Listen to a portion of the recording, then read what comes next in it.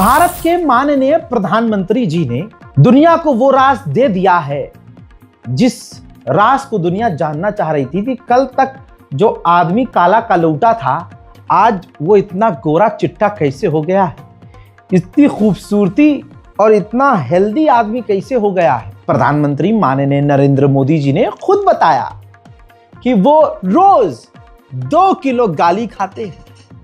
ये बात अलग है कि आप काले कलूटे, लंगड़े लूले, अंधे बहरे काणे, बीमार रहना पसंद करेंगे, लेकिन 2 किलो गाली खाने की हिम्मत मोदी जी जैसे आप नहीं कर सकते।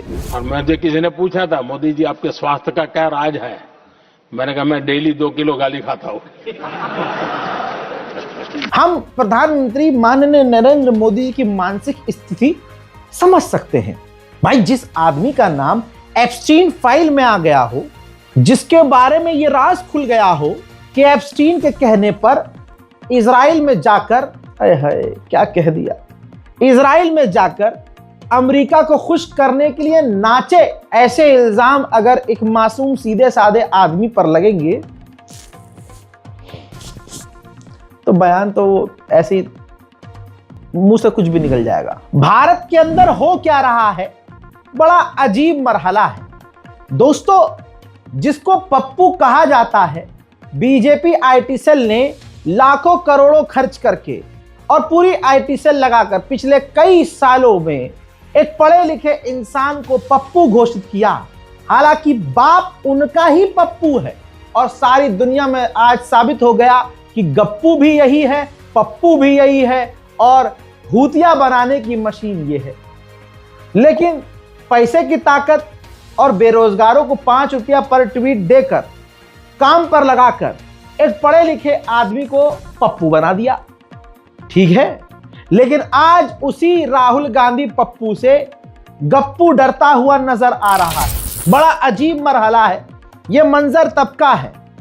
हाल फिलहाल में आपको सुनाई दिया होगा कि राहुल गांधी अब किताब लेकर, जो पूर्व हमारे सैन्य अधिकारी हैं, उनकी लिखी हुई किताब से खुलासा कर रहे हैं और मोदी सरकार को नंगा कर रहे हैं। अब होता यह है कि मोदी जी संसद पहुंचे, जैसे ही किरण रिज्जू ने बताया कि राहुल गांधी बेंच के पास किताब लेकर खड़े हैं, मोदी जी तुरंत उल्टे पांव भाग गए, लोकसभा में कदम तक नहीं रखा। डर का माहौल है भाई, डर का। देखिए, माहौल इतना तनावपूर्ण हो गया साहिल, शायद ये पहली बार हो रहा है कि प्रधानमंत्री 5 बजे अपना वक्तव्य रखेंगे।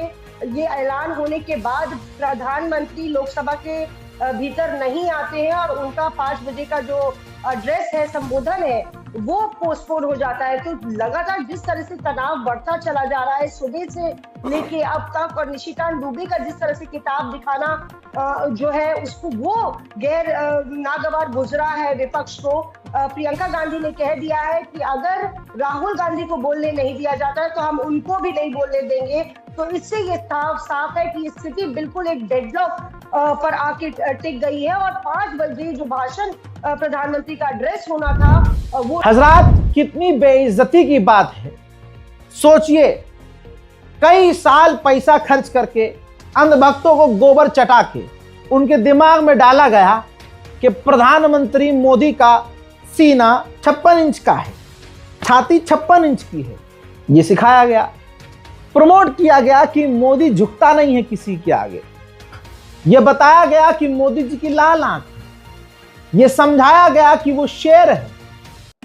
आज पूरी दुनिया में जब यह मान लिया गया कि हाँ यार, मोदी तो भाई साहब रूस और यूक्रेन की जंग रुकवा देता है, मोदी एक फोन पर इजराइल को पैंट में मुतवा देता है, मोदी से डोनाल्ड ट्रंप डरता है।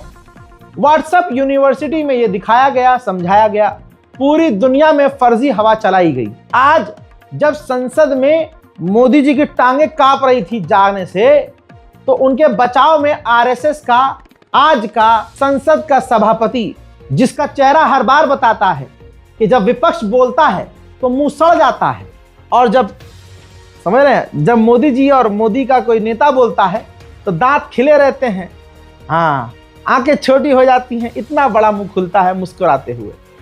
ओम बिरला, जो आरएसएस के मेंबर रहे हैं, ऐसे आदमी से आप क्या उम्मीद करेंगे?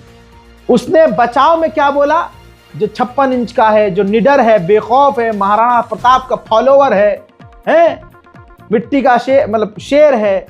दोस्तों, जब वो संसद में नहीं आए तो ओम बिरला ने पूरी दुनिया के सामने बेशर्मी से कहा कि हमें जानकारी थी कि उनके साथ खुफिया जानकारी थी कि माननीय प्रधानमंत्री को खतरा था। संसद के अंदर प्रधानमंत्री को खतरा था। 3 महिलाओं का इस्तेमाल जो है विपक्ष करने वाला था मोदी जी के साथ कुछ उल्टा सीधा। क्या? अरे प्रधानमंत्री है, चोरुचक्का है कि कोई भी आएगा कुछ भी कहेगा। अरे हमारे प्रधानमंत्री को कोई कुछ कह दे, वो भी संसद के अंदर, ऐसा हो सकता है क्या? वाह! बोलने से पहले यह नहीं सोचा गया कि इसका असर। अबे इससे तो तुमने अपना ही प्रोपेगेंडा फेल कर दिया कि तुम्हारा शेर, तुम्हारा 56 इंच की छाती वाला आदमी, लाल आंख, लाल लेजर फेंकने वाला आदमी है, जिसका बोलबाला पूरी दुनिया में, जिसका बजता है पूरी दुनिया में डंका, वो 3 औरतों से डर गया। सुनिए सफाई कौन दे रहा है।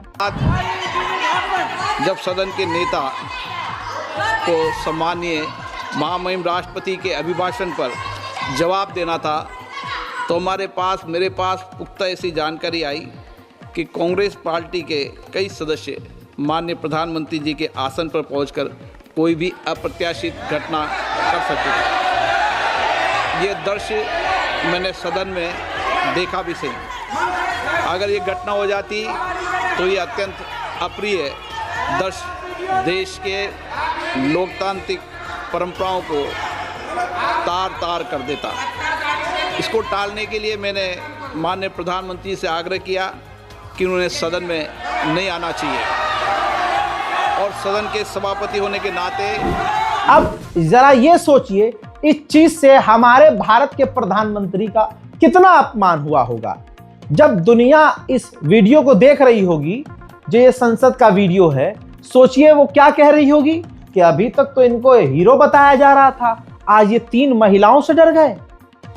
हमारे मुल्क का अपमान है भाई ये। लेकिन दोस्तों, उधर इमरान प्रतापगढ़ी ने, हालांकि इस आदमी का कोई मैं समर्थक नहीं हूं, मैं किसी पार्टी की तरफ से नहीं बोलता हूं, मैं अपने भारत मुल्क की तरफ से, अपने वतन की तरफ से बोलता हूं। लेकिन इमरान प्रतापगढ़ी ने आज जो धुआं किया है, आज जो गर्दा उड़ाया है, आज जो भाजपा की पोल खोली है, सलाम है इस आदमी को। नया भारत है जहां असम का चीफ मिनिस्टर खुलेआम संवैधानिक प्रोटोकॉल तोड़कर कहता है कि मुसलमानों को इतना टॉर्चर करो कि वो राज्य छोड़ने पर मजबूर हो जाएं। वो कहता है कि अगर कोई मियां रिक्शा वाला 5 रुपए मांगो तो उसे 4 रुपए दो ताकि वो परेशान हो सके। ये नया भारत है जहां बरेली में खाली घर में नमाज पढ़ने पर पुलिस मुकदमा दर्ज करती है। ये नया भारत है जहां क्रिसमस की तैयारी करते हुए ईसाइयों पर सरकार मुकदमा दर्ज करती है। ये नया भारत है जहां जम्मू कश्मीर में नीट का एग्जाम क्वालिफाई करने वाले 50 बच्चों में अगर 42 मुसलमान होते हैं तो फिर मेडिकल कॉलेज की मान्यता ही रद्द होती है और जश्न मनाया जाता है। महामहिम राष्ट्रपति का भाषण में सुन रहा था। सर, यह नया भारत है जहां मध्य प्रदेश के बैतूल में बच्चों के स्कूल बनवा रहे मोहम्मद नईम का घर, स्कूल इसलिए तुड़वा दिया जाता है क्योंकि वो स्कूल बनवा रहे थे। ये नया भारत है जहां कोर्ट का स्टे होने के बावजूद बनारस की दाल मंडी में सैकड़ों दुकानें तोड़ी जा रही हैं क्योंकि रास्ता चौड़ा करना है। सभापति महोदय, हजरात मोहतरम, भाजपा के अंदर ऊपर से लेकर नीचे तक सब आपको दोगले दंगाई नजर आएंगे। हजरात, गोली मारो सालों वाला नेता संसद के अंदर बैठा था, बीच में कुछ उसके अंदर करंट जागा, जोश में खड़ा हुआ और उसकी विदेशी बेल्ट ल्यूई विटॉन की दिख गई। तुरंत छुपाने की कोशिश की और जल्दी से नीचे बैठ गया। 80,000 की वो बेल्ट, फ्रांसीसी विदेशी कंपनी की बेल्ट, और जांच आप करेंगे तो पता क्या चलेगा, गाय के बछड़े के चमड़े से वो बेल्ट बनती है। अब इनका कोई आदमी आ जाएगा कि अरे वो तो मिथुन के चमड़े की है। मिथुन गाय माता थोड़ी ना है, वो जानवर है लेकिन गौ माता नहीं है। मिथुन, अरे अबे सुअरो, अरे नाली के कीड़ो, अबे दोगलों की नस्लों, अबे दोगले की पैदावारों, अबे हिजड़ों की नस्लों, अबे तुम कितने दोगले हो। जब बकरीद आती है तो तुम कहते हो मुर्गा भी मत काटो यार, जीव है। तब तुम नहीं कहते हो कि ये तो मिथुन है, वो तो भैंस है, वो तो गाय है ना। तब तो भाई कुर्बानी के नाम पे कुछ मत करो। लेकिन यहां गाय भी है तो उसको मिथुन बता रहे हैं कि नहीं, मिथुन काटी जा सकती है, मिथुन खाई जा सकती है। मिथुन गाय थोड़ी ना है। अब यहां वो जीव नहीं है क्या? अब उसके अंदर जान नहीं है क्या? अब मतलब जीव हत्या पाप नहीं है? अब कितनी दोगलेपंती करोगे भाई, कितना। खुद रात को जब शीशा देखते हो तुम्हें घिन नहीं आती, शर्म नहीं आती है? अरे शर्म आएगी भी क्यों भाई।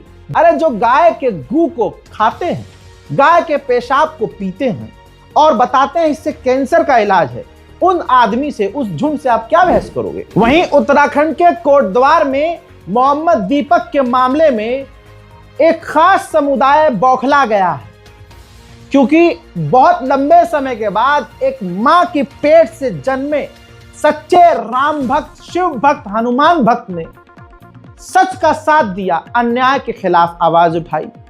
फर्जी हनुमान भक्तों के सामने एक असली हनुमान भक्त मोहम्मद दीपक खड़ा हो गया।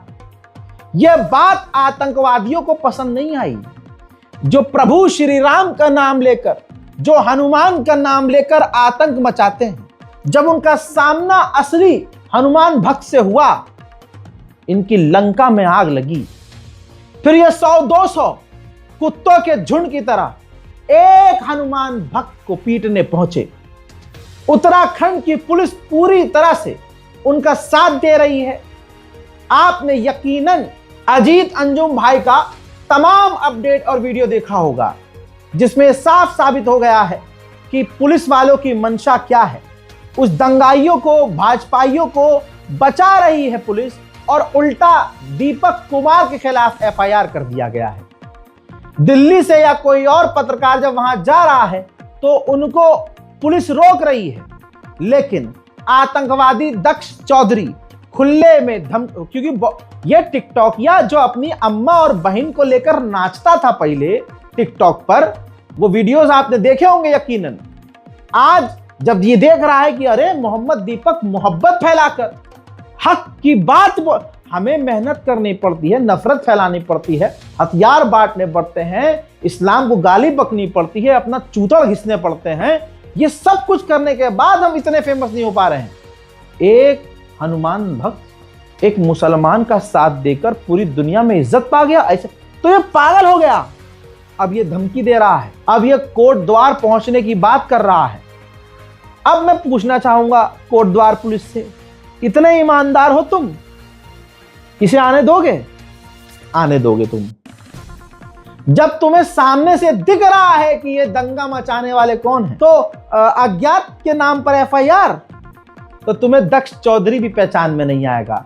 सोशल मीडिया पर इसने वीडियो जारी किया है और चैलेंज किया है कि वो दीपक कुमार का सामना करने, उनको मारने पीटने ये पहुंचेगा। कोटद्वार पुलिस, वाह, सब समझ में आ रहा है। कोटद्वार में जल्दी पहुंचूंगा अपने बजरंग दल के शेरों के बीच में, और मैं कोटद्वार के जितने भी मेरे भाई हैं सबसे बोलूंगा कि इस दीपक मोहम्मद को जब तक इसका खतना नहीं कर देते, आपको इसका खतना करना पड़ेगा, इसे मोहम्मद ही बनाना पड़ेगा। ध्यान रखना, मोहम्मद के नाम में कितनी ताकत है वो इसको दिखाना। और जो ये कह रहा था ना कि मोहम्मद के नाम में ताकत है, तो इस जिहादी सुअर को ये भी दिखा देना कि भगवान श्री राम के नाम में कितनी ताकत है। इस सुअर को दिखा देना। मैं अपने सभी भाइयों से कह रहा हूं, बजरंग दल के और जितने भी गौरव दल के सभी भाई हैं, सबसे बोल रहा हूं। मुझे यकीन है, अभी भी फिर भी थोड़ी सी उम्मीद है कि कोटद्वार पुलिस, उत्तराखंड पुलिस, हालांकि क्या ही बताऊं, उत्तराखंड के सीएम पुष्कर सिंह धामी वो एक ऐसे सीएम हैं जो अपने मुंह से कह चुके हैं कि हेट स्पीच इसलिए देता हूं मैं ताकि मैं मजबूती से टिका रहूं। बहुत सारी रिपोर्ट्स हैं जिसमें पुष्कर सिंह धामी भाई हेट स्पीच में मास्टर रहे हैं। बहरहाल यहां सरकार की बात ना करके मैं प्रशासन की बात करूं तो अभी भी मुझे अपने कानून पर और प्रशासन पर कहीं ना कहीं है उम्मीद कि अब जाकर शायद प्रशासन की आंख खुल जाए और आगे जो घटनाएं घटने वाली हैं, दक्ष चौधरी, बजरंग दल और दूसरे दल के वहां जाकर दंगा फैलाने की जो प्लानिंग चल रही है उसको रोककर उत्तराखंड पुलिस साबित करे कि वो सबको समान नागरिक समझती है।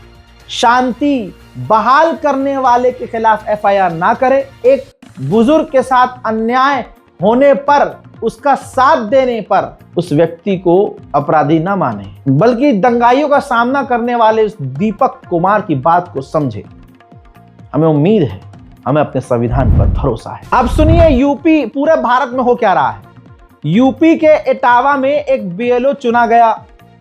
बीजेपी का नेता बीएलओ को रास्ते में रोकता है और धमकी देता और कहता है कि वोटर लिस्ट से मुसलमानों का नाम काटो। अगला बीएलओ मना कर देता है क्योंकि वो ईमान की खाने वाला है, ईमानदार है।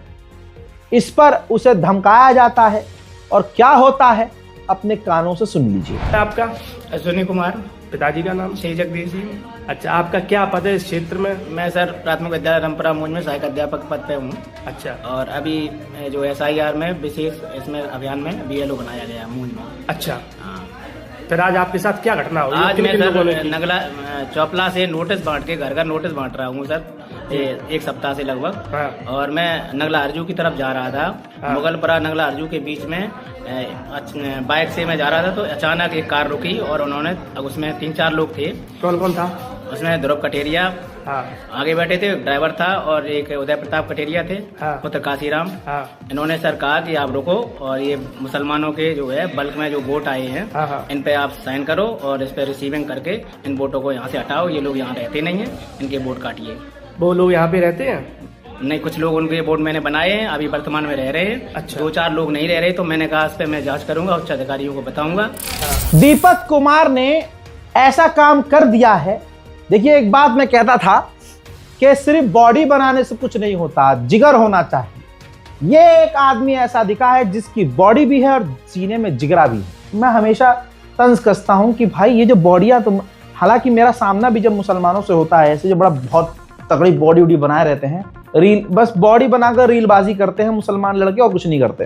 तो मैं इनसे पूछ लेता हूँ कि भाई कभी कुछ किया है कौम के लिए? कभी कुछ ऐसा हुआ हो, सामना किया हो तुमने, किसी लाचार मुसलमान के ऊपर कुछ हमला हुआ हो या उसे डराया धमकाया? तुमने इस जिस्म का, इस ताकत का वहाँ मतलब किया है? यहाँ बहुत फ्लेक्स करते हो, वहाँ कुछ किया है? तो भाई मुंह कुत्ते ऐसा बन जाता है फौरन। भाई हम इन लड़ाइयों में नहीं पड़ते। हाँ, समझ रहे हो? लेकिन ये मोहम्मद दीपक यानी दीपक कुमार, जिगर भी और बॉडी भी। अब देर है अंधेर नहीं है, आप समझ रहे हो? अब हिंदू समुदाय के लोग भी दीपक कुमार के समर्थन में बोल रहे हैं, क्योंकि जो दंगाई दल है उससे सच में जनता परेशान है। अगर कोई व्यक्ति गलत दुकान का नाम रख रहा है, उस समय रोक दीजिए ना। जिस व्यक्ति की इतने आदिकाल से दुकान का नाम है, बाबा स्कूल ड्रेस का नाम है उनका, उनको आप ये आज बदलें। उन बुजुर्ग आदमी को आप बताएंगे, कल के 20-25-26 साल के बच्चे बताएंगे, उनके बदतमीजी करेंगे। क्या गलत करा दीपक ने? दीपक भाई ने बिल्कुल सही करा सर, और ऐसा ही करना चाहिए, पूरे देश में ऐसा होना चाहिए। और उसके बाद में जो है क्या नाम कहते हैं, आप अपनी गुंडई को 200-250-300 बिजनौर, मुजफ्फरनगर, हरियाणा से लोगों को लेकर के आप चले गए। उसमें से कुछ चलो हो सकता है कुछ पहाड़ के भी उत्तराखंड मूल के हो, लेकिन अगर उत्तराखंड मूल के हो तो वो गलत है। आप देखिए, और जो भी व्यक्ति गलत करा उसको उस समय रोकिए ना। ये तो आपने ट्रेंड बना लिया पुलिस पे दबाव बनाने के लिए। भाई आपने हुड़दंगे की, देखो हर व्यक्ति अच्छा। दिक्कत यह है कि मुसलमान सामना करना नहीं चाहता। देखो, चूतड़ हिलाकर चलना, VN पर या कैपकट में स्लो मोशन में वीडियो एडिट कर देना, पीछे कोई इस्लामिक वीडियो लगा के यूं करके स्लो मोशन करके, है ना, उसमें हीरोपंती लगती है, अच्छी लगती है। लेकिन ग्राउंड पर मुसलमान सामना नहीं करना चाहता। ग्राउंड पर मुसलमान डरपोक हो चुका है, क्योंकि ईमान से खोखला हो चुका है। मुझे बताओ भाई, वहां पूरे झुंड बनाए गए हैं, पूरे संगठन बनाए गए हैं मुसलमानों को पीटने के लिए, मारने के लिए। हमारी मस्जिदें टारगेट कर कर के एक अकेला व्यक्ति तोड़वा रहा है। एक अकेला व्यक्ति, एक अकेला। सोचिए, बताइए, इधर मुसलमानों में कोई एक ऐसा व्यक्ति मिला जो लिस्ट तैयार करे? हाँ जी, अवैध मंदिर ये हैं, हाँ जी इन जगहों पर गैर कानूनी काम ये संगठन कर रहे हैं। कोई ऐसा संगठन कि हाँ जी अगर किसी मुसलमान पर हमला हुआ तो हम जाएंगे सामने, हम FIR करेंगे, हम तब तक लड़ेंगे संवैधानिक लड़ाई जब तक न्याय नहीं मिल जाता। या अगर किसी मुसलमान पर जुल्म हो गया और पता चल गया कि वहां फलाने दल वाले आ रहे हैं तो हम 20 लोग इकट्ठे होकर जाएं और सामना करें, नहीं है। हम सिर्फ रील पर हैं, व्हाट्सएप स्टोरी पर हीरो हैं। दोस्तों 30 जनवरी उत्तर प्रदेश में नरसिंहा लंड सरस्वती जाता है और खुले में कहता है कि इस्लाम कैंसर है। सोचिए अगर मैं इसी वीडियो में हिंदुत्व को और हिंदू धर्म को कैंसर कह दूं तो किस किस के कहां कहां क्या क्या घुसेगा और कितना दर्द होगा और कितनी चीखम चिल्ली मच जाएगी, मुझे बताने की जरूरत नहीं है। लेकिन नरसिंहा लंड सरस्वती इस्लाम को कैंसर बता रहा है और अपने मुंह से कह रहा है कि मुझे IS और तालिबान जैसे समूह बनाने चाहिए थे ताकि ये मुसलमानों को मिटा सके। सुनना चाहते हैं? एक भी FIR नहीं होगी इस पे, क्योंकि मुसलमान मुर्दा है। देखिए, क्योंकि मैं एक गणितज्ञ हूँ, एक वैज्ञानिक हूँ, तो मैंने जड़ तक पहुंचने की कोशिश की और मैंने इस्लाम को जानने का प्रयास किया मस्जिदों से, मदरसों से और मुसलमानों की किताबों से। जब मैंने इस्लाम की किताबें पढ़ ली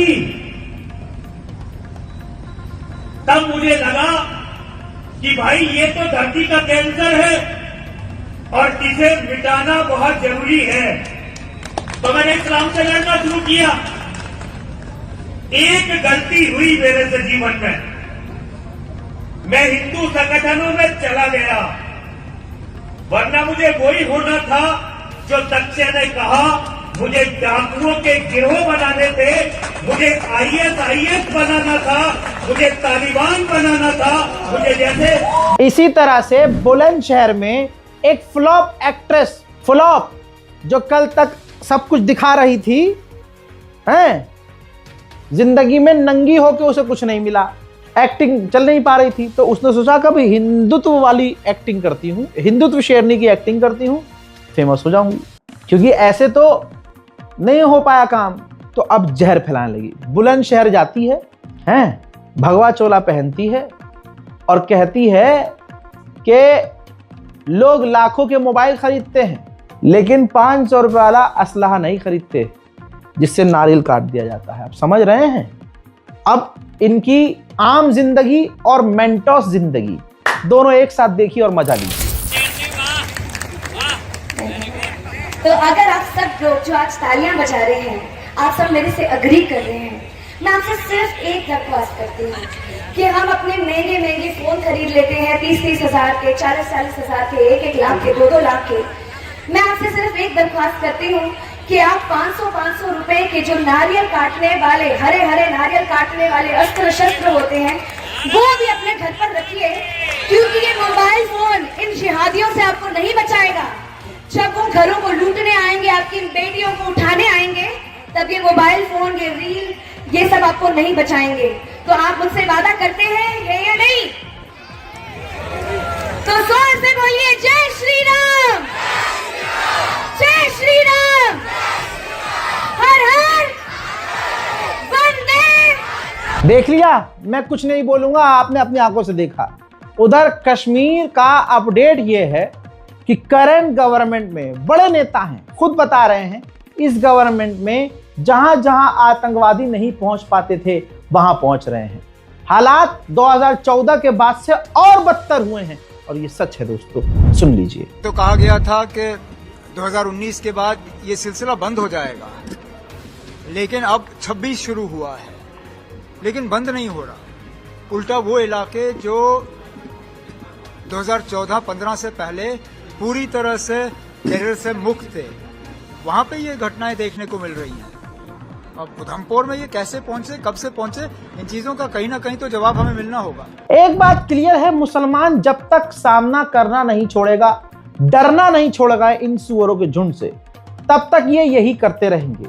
एक दिन किसी मुसलमान ने एग्जाम्पल सेट कर दिया तो फिर भाई, क्योंकि ये डरपोक हैं भाई, इनको पता है प्रधानमंत्री हमारा है, विदेश मंत्री हमारा है, नेता हमारा है, CM हमारा है, अध्यक्ष हमारा है, ओम बिरला हमारा है, तो ये खुलकर हरामीपना कर रहे हैं।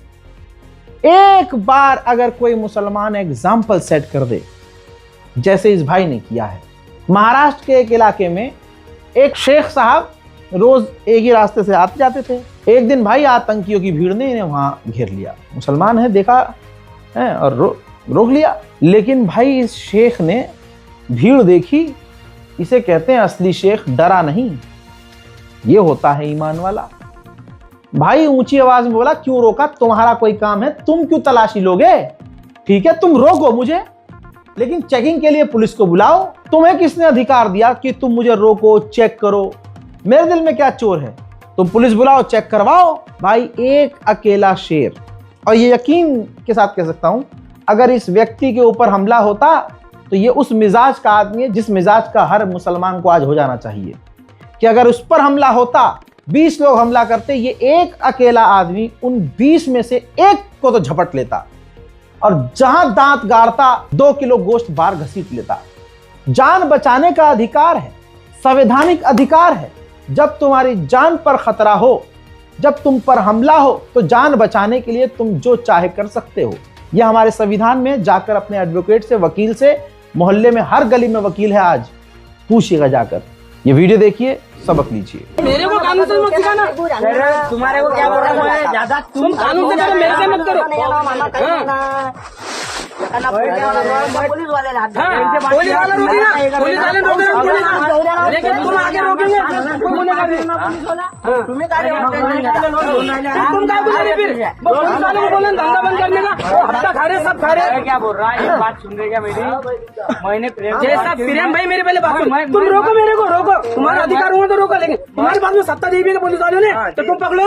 मैं क्या बोल रहा है? मैं अभी तक बोला कि तुमको कुछ भी, लेकिन मेरी पहले बात सुन। गरम में मेरी पहले बात सुनता क्या? मेरा रास्ता जाने आने का रहा, तुम लगे तो पुलिस 10 जने खड़ा करो। हाँ, अगर चाहे रोके मैं गुनेगार, मैं सजा भुगतने को तैयार हूँ, लेकिन तुम मत रोको मेरे को। तो त्याची सुद्धा काही भी भुगी तुम्ही नको काढू ना, लेकिन तुम मत आना मेरे को। तू भी बीच में आना भाई, कभी जिंदगी में भूलकर बीच में आना। वाटते की गावात उभा करून ठेवणं तो तुम रखो ना। मैं तुम्हारा खुद बोलूँ, जैसा मैं गुनेगार हूँ, जब मैं धंधा कर रहा हूँ, लेकिन तुम पुलिस वालों को खड़ा करो। हजरात मोहतरम, ऐसा ही मुसलमान सबको बनना होगा, अपने अंदर के डर को निकालना होगा। अबे भाई, अगर तुम जय श्री राम बोल भी दोगे, ये तब भी मारेंगे, नहीं बोलोगे तब भी मारेंगे, ये मारेंगे हर हाल में। तो भाई अगर मरना ही है, तो एक को तो सबक सिखा दो अच्छे से। कानून तुम्हारा साथ देगा भाई, क्यों नहीं साथ देगा? जान तुम्हारी खतरे में है। संविधान कह रहा है कि जान बचाने के लिए आप जो करना चाहें करो, जान बचाओ। और यही दीन कहता है, ये इस्लाम कहता है कि जान बचाना वाजिब है। लेकिन मुसलमान क्या है? डर गया है मुसलमान, डरा हुआ मुसलमान है। नहीं, हाँ, अबे तो तुम डर के ही मर रहे हो। वो लंगड़ा याद है आपको? हैं? वो जिस्म से लंगड़ा था, अकल से नहीं। एक लाठी से 100 आतंकवादियों का सामना किया और मस्जिद में सुअरों को घुसने नहीं दिया। आज हम मस्जिदें बना रहे हैं, रोजे बना रहे हैं, इमाम बाड़े, बचा पा नहीं रहे, हम बचा नहीं पा रहे भाई। भीड़ आ रही है, हमला करके जा रही है, हम टूटती मस्जिदें देख रहे हैं, फिर बाद में हम रो रहे हैं मस्जिद तोड़ दी। अरे तुम कहां थे? वैसे तो बहुत मुंह से पकड़ करते हो कि अगर हुजूर के जमाने में होते तो हम फलानी जंग में होते, हम यूं कर देते, हम शहीद हो जाते। और अभी भी वही है भाई। तुम कौन से अल्लाह की मस्जिद बचा पा रहे हो? तुम कौन से अल्लाह की जमीन को बचा पा रहे हो? तुम कौन से अपनी माँ बहनों को बचा पा रहे हो? तुम कौन से अपने मुसलमान भाइयों को बचा पा रहे हो? यहां तक कि तुम अपने आप को नहीं बचा पा रहे हो, वो कत्ल कर दे रहे हैं तुम्हें, तुम सामना तक नहीं कर रहे। मुसलमानों को सोचना होगा। जो ये बयान देते हैं ना, हमें ये रखना चाहिए, हमें वो असला रखना चाहिए, भाई बेसिक सेंस है। जब आप देख रहे हो कि आपके खिलाफ ये माहौल ऐसा बना रहे हैं, इनके घरों में हथियार है, हर हिंदू के घर में तलवार है, हथियार है, चाकू है, तो आप ये समझ जाओ ना कि उनके पास इस लेवल के हथियार हैं। तो कल को जब ये हमला करेंगे तो खाली हाथ से तो नहीं करेंगे। बस आपको बचना कैसे है ये सोचना है, और इसको सोचने के लिए आपको अपना बचाव सोचने के लिए कानून आपके खिलाफ नहीं होगा, संविधान आपके खिलाफ। भाई जान बचाना जरूरी है, समझ रहे हो? तो बस उनकी सुनो, उनको देखो और समझो कि ये तुम्हारे खिलाफ प्लान क्या कर रहे हैं। लेकिन कम से कम स्टैंड तो लो।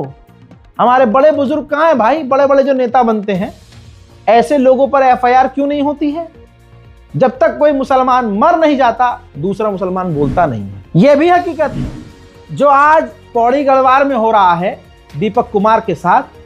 प्रशासन का असलियत, उसका असली चेहरा सामने आ गया है कि वो किसका साथ देते हैं।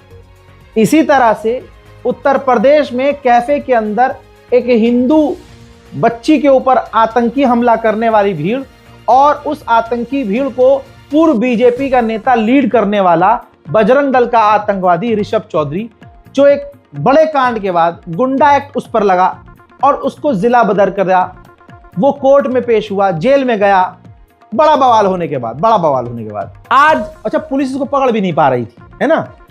आज इसको जिला बदर कर दिया गया। तो यह जिला बदर होने के बाद एक वीडियो बनाता है। उस वीडियो में बताता है कि अगर आप ये काम करते हुए, जो उसने वो काम किया है, जो आतंकी काम किया है, मुसलमानों पर हमला किया है, आतंक फैलाया है, ये काम अगर आप करते हो तो जज साहब हो, चाहे आपका ये पुलिस प्रशासन हो, चाहे जेल के अंदर जेल का प्रबंधक हो, जेल के अंदर काम करने वाले जो अधिकारी हैं, यहाँ तक कि जेल के अंदर जो हिंदू कैदी हैं, हर जगह आपको सम्मान मिलता है, हर जगह आपको प्यार मिलता है। और अब वो इतना कॉन्फिडेंट है कि बाहर आके कह रहा है कि मैं ये काम आगे भी करूंगा। जय श्री राम, जय गौ माता, भारत माता की। भाइयों, मैं आपका भाई ऋषभ। जिस प्रकार से पिछले कृत्य किए गए के बाद मैं माननीय न्यायाधीश महोदय के समक्ष पेश होने के बाद पुलिस कस्टडी में, न्यायाधीश की कस्टडी में पहुंचा, आज मेरी रिहाई हो गई। भाइयों, पहली बात तो ये, मैं हाथ जोड़कर उनका धन्यवाद करता हूँ पूरे पुलिस प्रशासन का, उनका काफी मेरे साथ सहयोग रहा, और कारागार पुलिस का भी मेरे साथ काफी सहयोग रहा।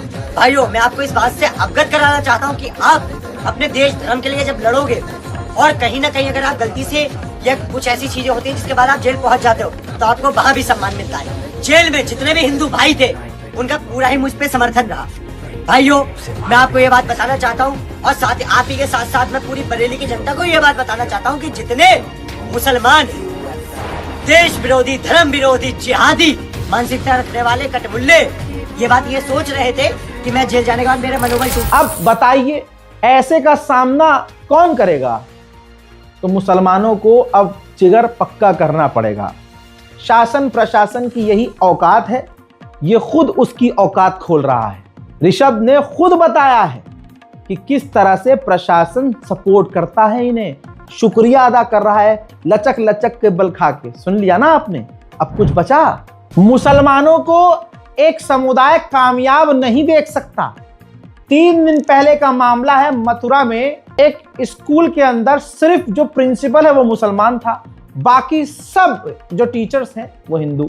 गांव के लोगों को, स्कूल के प्रशासन को, जो अधिकारी थे, चुभ रहा था हेडमास्टर की मुसलमान कैसे है। तो हुआ ये, अफवाह उड़ाई गई कि हेडमास्टर साहब जो हैं स्कूल के बच्चों से नमाज पढ़वा रहे हैं और उनको समझा रहे हैं कि इस्लाम सबसे बढ़िया है। ये सारी बातें फैला दी गई। गांव के कुत्तों ने भी आकर सामने, जिनके दिल में मुसलमानों के लिए नफरत है, और सभी हिंदुओं के दिल में नफरत है, 1% को छोड़ के 99% हिंदू मुसलमानों से नफरत करता ही है। यही तो भाजपा की जीत है, यही तो 2014 के बाद से मोदी ने किया है। इसका रिजल्ट अब ये है। लेकिन नफरत कभी जीतती नहीं है, झूठे का मुंह काला होता ही होता है। ठीक, अब क्या हुआ? ये दैनिक भास्कर का वीडियो मैं ऊपर चला रहा था जो आपके सामने था। हजरात, जांच पड़ताल जब हुई तो पता ये चला कि वो हेडमास्टर जो मुसलमान हैं, उसने कभी नमाज की बात तक नहीं की, बल्कि ये भी इल्जाम लगाया ना कि जनगण मन राष्ट्रगान नहीं होता। भाई, राष्ट्रगान रोज होता है। वहां के बच्चों ने खुद सच बोल दिया। बच्चे भगवान का रूप होते हैं भाई, बच्चे मन के सच्चे होते हैं। अब आप समझ लीजिए कि हिंदू समुदाय मुसलमानों से किस कदर नफरत करता है और मुसलमानों को किसी भी पद पर देखना नहीं चाहता। ये बच्चों का इंटरव्यू सामने आते ही क्लियर हो गया है। हालांकि उस टीचर को, हेडमास्टर को सस्पेंड कर दिया, कामयाब हिंदू समुदाय हो गया मुसलमानों को नफरत की आग में जलाने में, लेकिन सच तो सामने आ गया। किस स्कूल में पढ़ती हैं, किस क्लास में आप? मेरे स्कूल का नाम प्राथमिक विद्यालय नौजल मथुरा, और मैं कक्षा 5 में हूँ। हाँ, यहाँ आपके प्रिंसिपल पर आरोप लग रहा है कि वो कुछ गलत करते हैं, हिंदू धर्म के बारे में गलत। नहीं, कुछ नहीं करते हैं वो। क्या क्या होता है स्कूल में? अच्छी पढ़ाई होती है, सर कुछ नहीं कहते हमसे। क्या क्या पढ़ाते हैं आपको? सब सब्जेक्ट पढ़ाते हैं। राष्ट्रगान भी होता है? हाँ होता है, हर रोज होता है। क्या क्या होता है राष्ट्रगान, सुनाइए। राष्ट्रगान हाँ। जनगण मन अधिनायक जय भारत भाग्य विधाता पंजाब सिंध गुजरात रावट उत्तल बंगा विंध्य हिमाचल यमुना जमुना गंगा हजरात, ये हमारे मुल्क के हालात हैं। खैर, जब भारत का प्रधानमंत्री ही नफरत को बढ़ावा देने वाला हो, भाई आसाम का सीएम कहता है कि मुसलमान मुल्ला को इतना परेशान करो कि अगर वो 5 रुपये मांगे तुम उसे 4 रुपया दो, इतना परेशान करो कि वो स्टेट छोड़ के भाग जाए। ये मोदी को सुनाई नहीं देता क्या? ये सारा स्क्रिप्ट अमित शाह और मोदी का है और किसी का नहीं है। इजराइल के अंदर जाकर अमेरिका के लिए नाचने वाला, डोनाल्ड ट्रंप की हर बात मानने वाला, 3 महिलाओं का बहाना देकर संसद से भाग जाने वाला, क्या कहूं, सबको ये नजर आ रहा है। और आगे अभी यूजीसी बिल आया था ना, तो कट्टर हिंदू, कट्टर भाजपाई कमल का जो फरेरा है निकाल कर फेंक रहे थे ना, आ गए थे ना औकात पे सब। आगे आप देखिएगा, ये आदमी किसी का नहीं है, ये आदमी अंबानी अदानी का है। ये जो पार्टी है बीजेपी, आप देखिएगा, ये राम जी की भी नहीं है, ये हिंदुत्व की है ही नहीं। ये सिर्फ चोला ओढ़ा हुआ है, ये सिर्फ पैसे की है, कुर्सी की है। आज अगर हिंदू भाई ये बात समझ जाएंगे तो हिंदुत्व बच जाएगा, वरना बेड़ा गर्क हो जाएगा। इस रिपोर्ट को शेयर कीजिए। फिलहाल के नेशनल प्राइम टाइम में इतना ही। जय हिंद।